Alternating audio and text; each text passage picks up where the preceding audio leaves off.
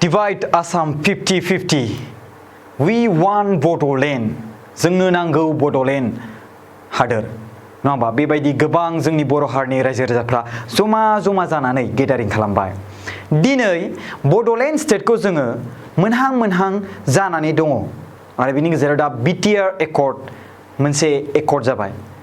जोंहा फार्स्टआव BSc accord जाबाय लोगोसे बिनि उनावहाय बिटिसिआव मोनब्रै डिस्ट्रिक्ट एरबाय बिएससिआव जेसेबांखिनि एरिया दंमोन बिनि बाब्बा बिटिसिआव एरबाय दा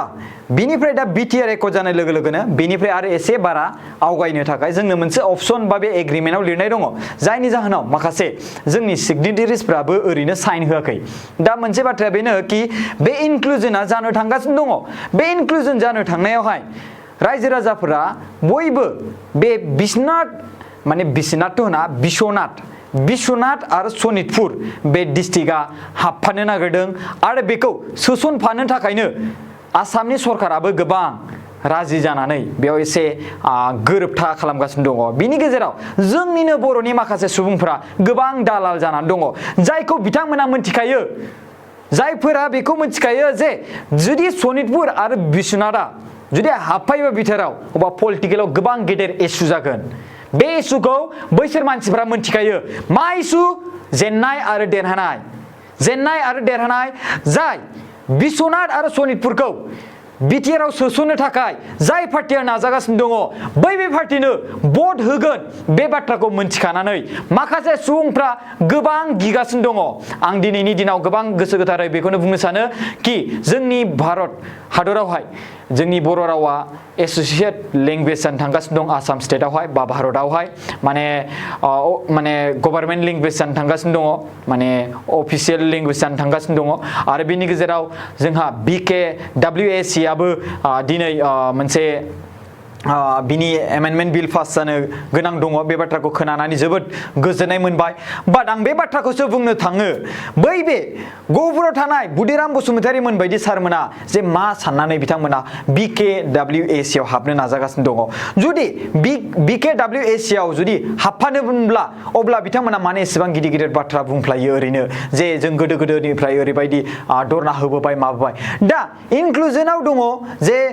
माने बारायनो हानाय एक्सक्लुजनाव दङ दानख'नो हानाय जायफोरा बिटिएडिनि सिङाव बा बिटिआरनि सिङाव थानाय रायजो राजाफ्रा ओंखारलांनो गोसो दं बिसोरनो मोनसे अपसन होदों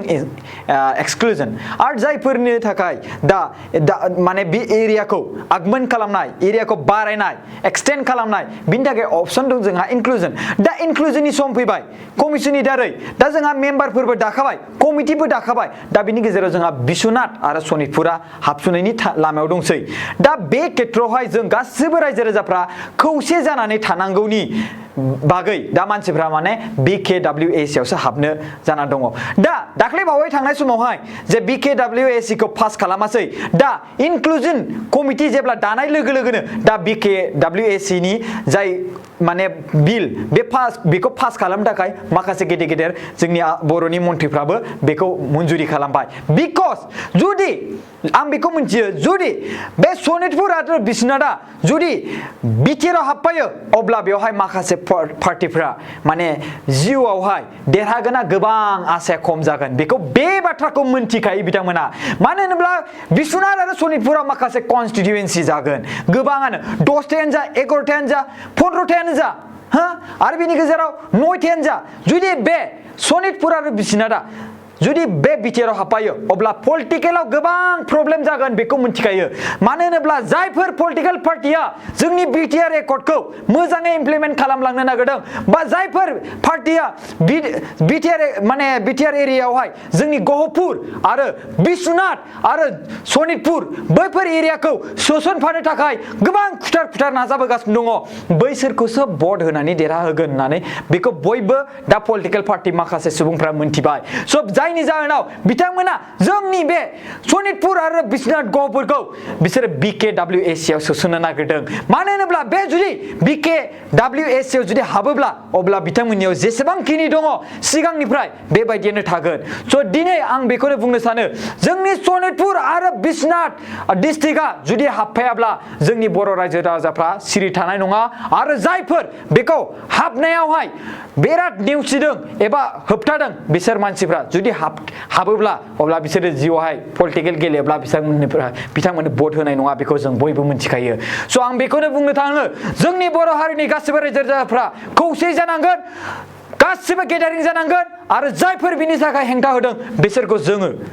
जोङो बिसोरखौ एकदमबारे स्ट्रङै जोङो बिसोरनो फिननाय होनांगोन जेरै दिनै गहपुर हालामावहाय जेरै बुदुराम बसुमतारी मोनखौ होनाय बायदि स' थेंक इउ स' माच खुलुमनाय थाबाय जोङो वेलकाम खालामो BKWSC खौ बा जों बेखौबो वेलकाम खालामो जोंनि सनितपुर आरो बिश्वनाथ डिस्ट्रिक्टआ बिटिआर आव हाबनांगौ आरो बे हाबथारनांगोन आरो बे गहपुर एरियायाव जेसेबांखिनि रायजो राजाफोर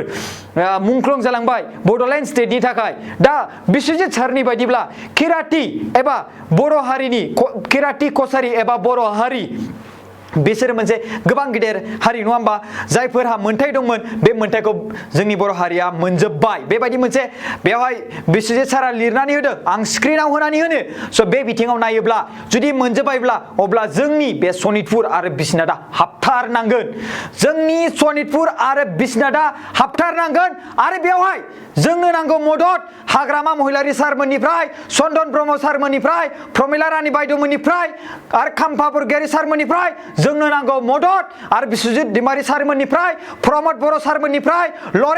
लरेन्स इस्लारि सारमोननिफ्राय दिपेन बर' सारमोननिफ्राय जोंनो नांगौ मदद बिथांमोना खौसे जानानै लिडारफ्रा मेगन